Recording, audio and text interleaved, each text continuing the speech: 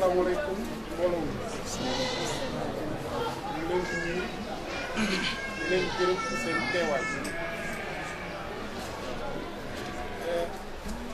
sëriñ bi daf ñu seet si tey. temps bi nag dafa xaw a gàtt moo tax xaw mu gàttal wax.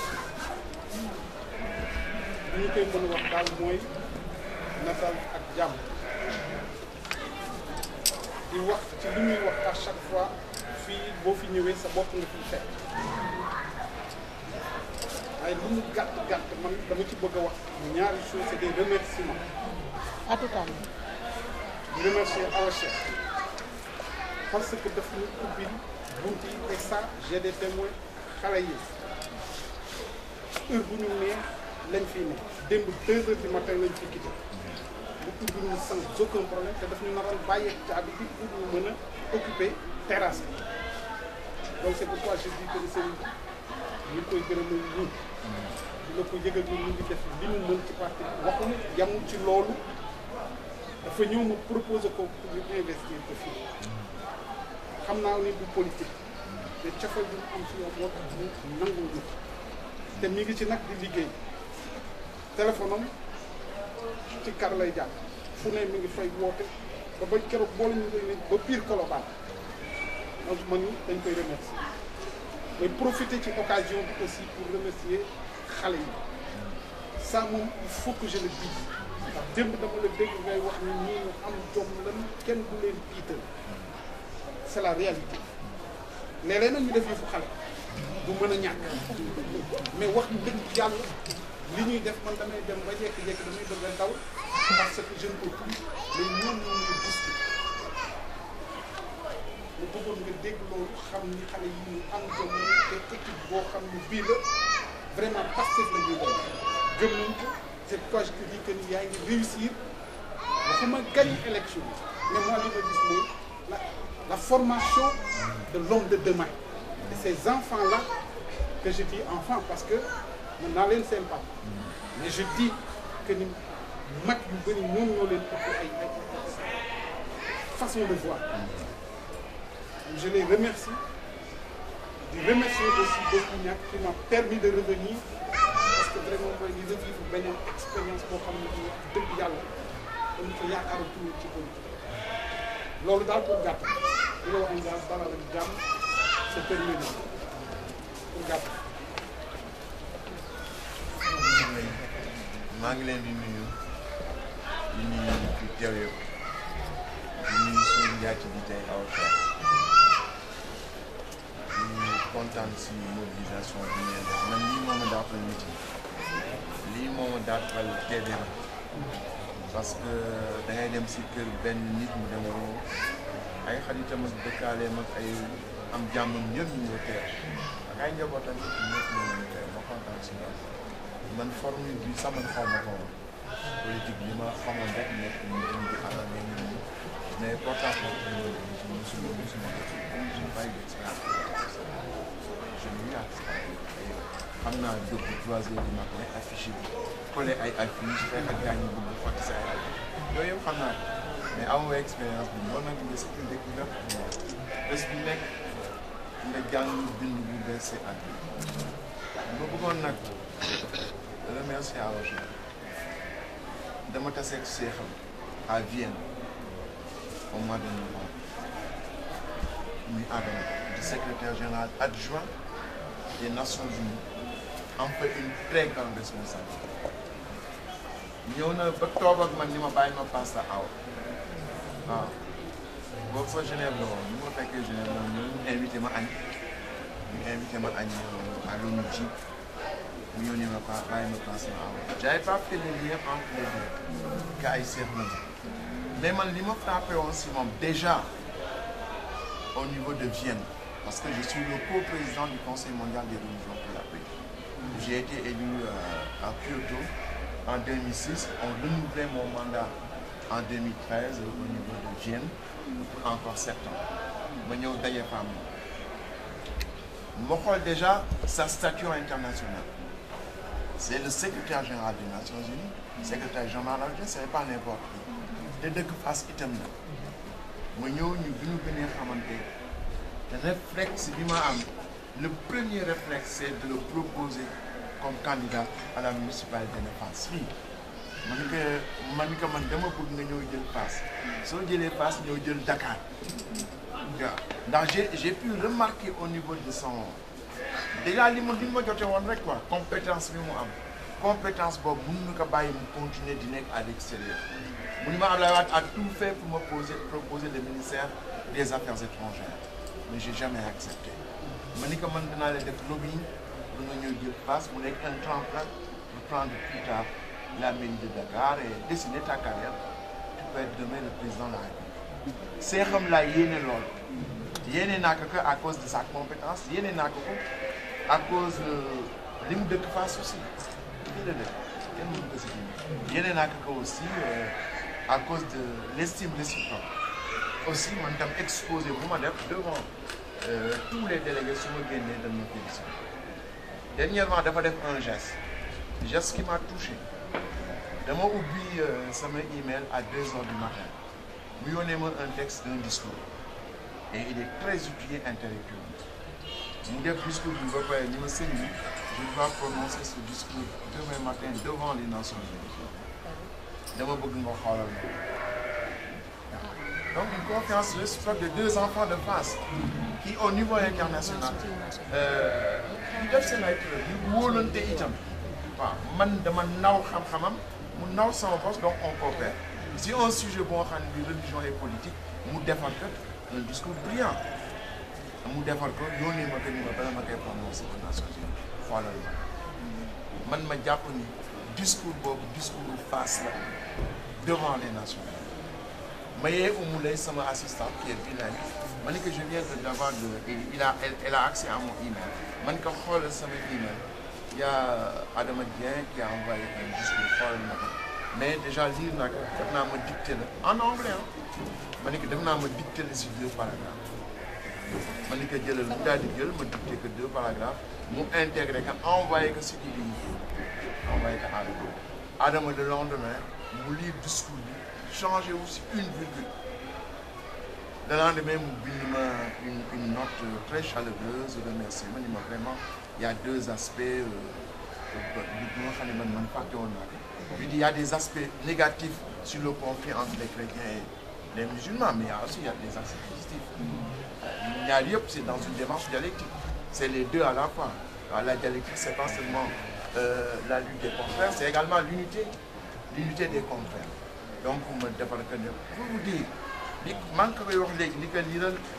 le numéro de Kofi Annan sur les intellectuels l'élite nouvelle Kofi Annan dit que l'élite nouvelle doit prendre le pouvoir partout en Afrique et il entend par élite nouvelle l'élite mondialisée c'est-à-dire l'élite qui sait parler aux Américains qui sait parler aux Européens qui sait parler aux Arabes qui sait parler aux Asiatiques il dit que c'est cette élite africaine qui doit prendre le pouvoir et cette élite-là ne doit pas refuser de s'inscrire dans des scrutins électoraux moo tax ma ko doon lobby pour mu ñëw rentrer parce que xam naa ni moom c'est un plus pour le Sénégal gis naa aura bi mu am au niveau international c'est pour vous dire que man fu ma mën ci toll rek maa ngi seet di gën si Fass di gën si gox bi waaw ma yéene ko ku ma mën indiwaat nga dellu si waat fii si gox bi ñu liggéey gox bi man mën na ko def kon nag xaw man kontaan naa moom si mobilisation bi dama bëgg rek ku amul woon carte électorale am dinañ ko carte électorale am dañ jël te su bés ba il reste 3 semaines en 3 semaines le destin de cette commune peut changer complètement ça dépend de vous ah mi ngi seen loxo dafa mel na jot na pour ñu jox réew mi wala ñuy dox les communes ñu nga xam ne seen loxo set na te suur nañu dem da ngay doylu soo doyloo kenn du la mën jël waaw te nag ñi nga xam ne doylu noonu am expérience internationale mën activer des réseaux comme les réseaux de Adama et d'autres réseaux réinvestir ici au niveau de la commune kooku c'est pas fait du jour au lendemain pour nga nekk une élite mondialisée il faut nga waajal sa bopp man sa mbaay moom ma waajal bi may jàngi anglais en terre moom moo wax bàyyi li ngay jàng France damay jàngi anglais daa ko soxla di ëllëg te man ka xam le jour où j'ai rencontré le ministre des Finances Adama Ba mu ñëw au mois d'octobre passé mu ñëw di signer un accord avec la Banque islamique de développement de 100 milliards de francs CFA.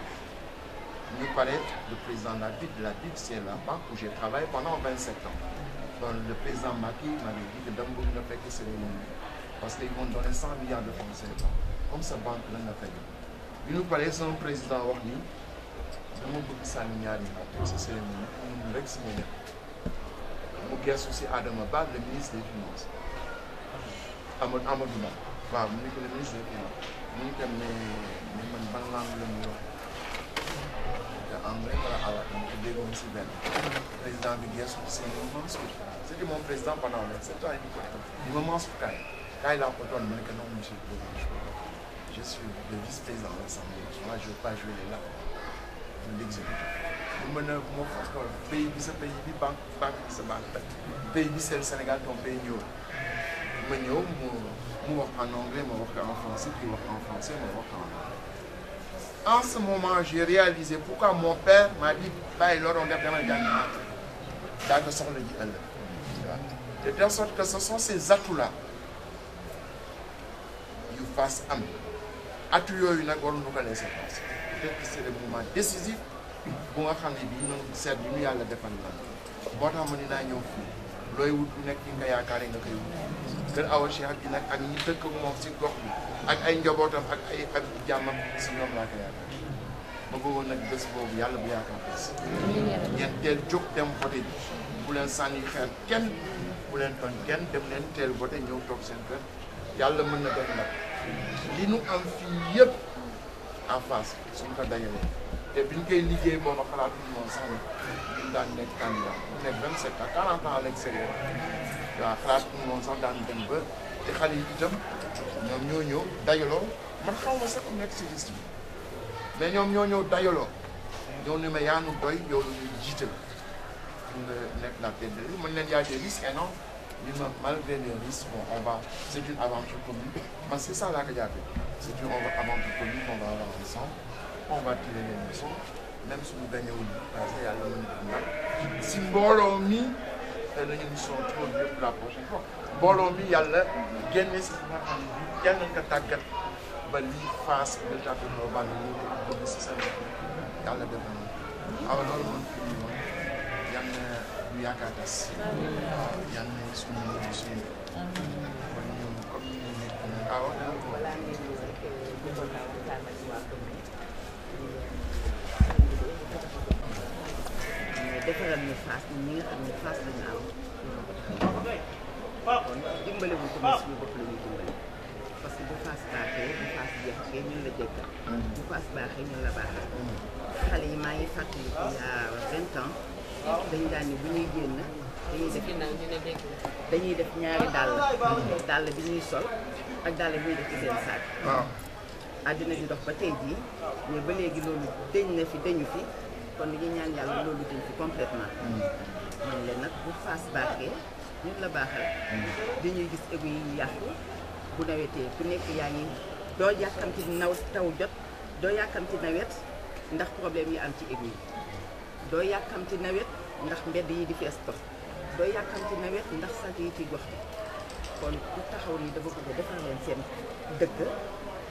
dëkk na fi dëkku fi mais am na fi référence kon jàppale nga suñu bopp la ñuy baaxal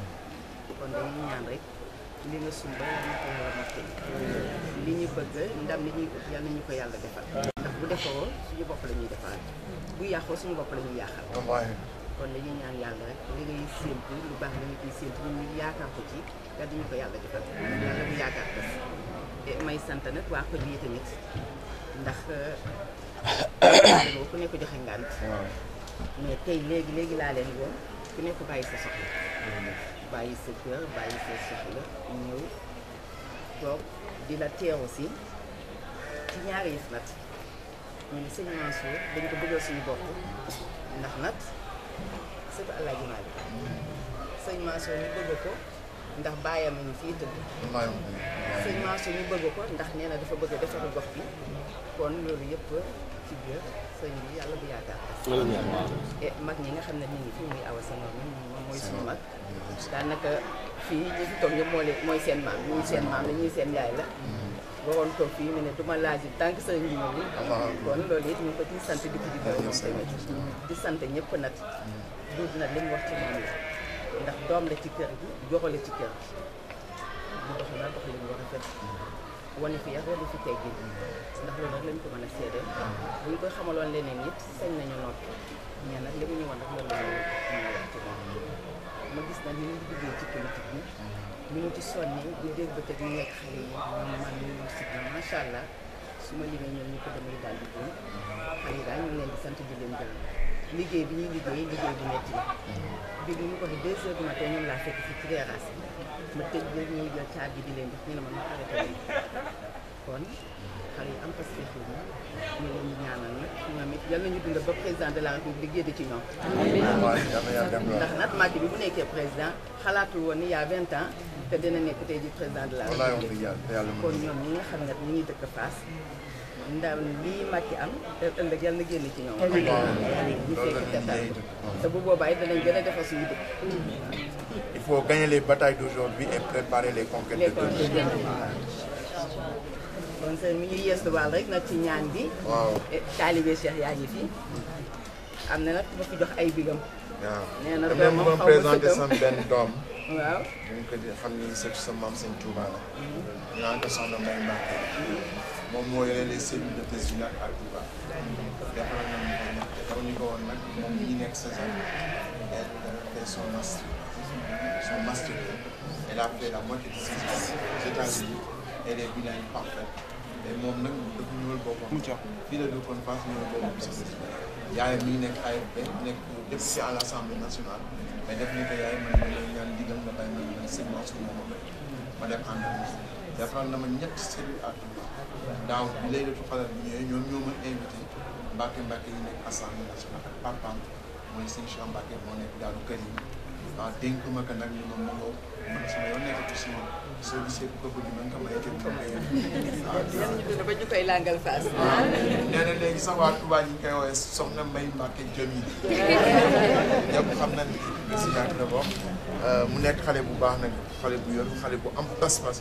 moo tax ma ni ko woon na ñëw am une expérience sur la façon bi ñu defee porte-à-porte Mani Diallo mooy doomu Françoise moom xam ne ñu nekk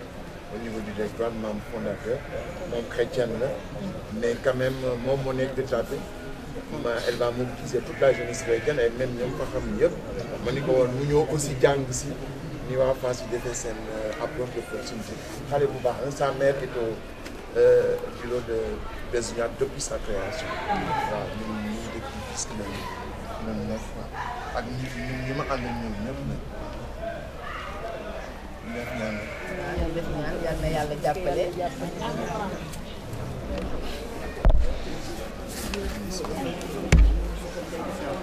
waaw mu gën. am na ma ko def ma daal sëtam day def xaw ma doomam day def. 5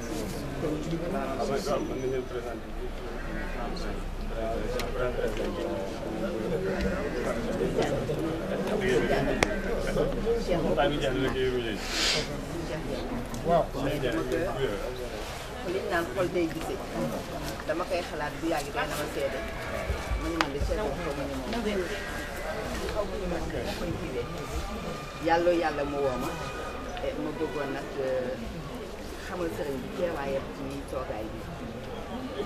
oustaz nag muy oustaz bi nga xam ne moo ñëw dañuy jàngal si alxuraan moom it bàyyi ay yitte ñëpp tey jii amoon ko man ci sëriñ bi day ñëw tey ci tey mu bàyyi yitte ñëw ñëw si moom tamit waaw oustaz moom waati waaw wala waaw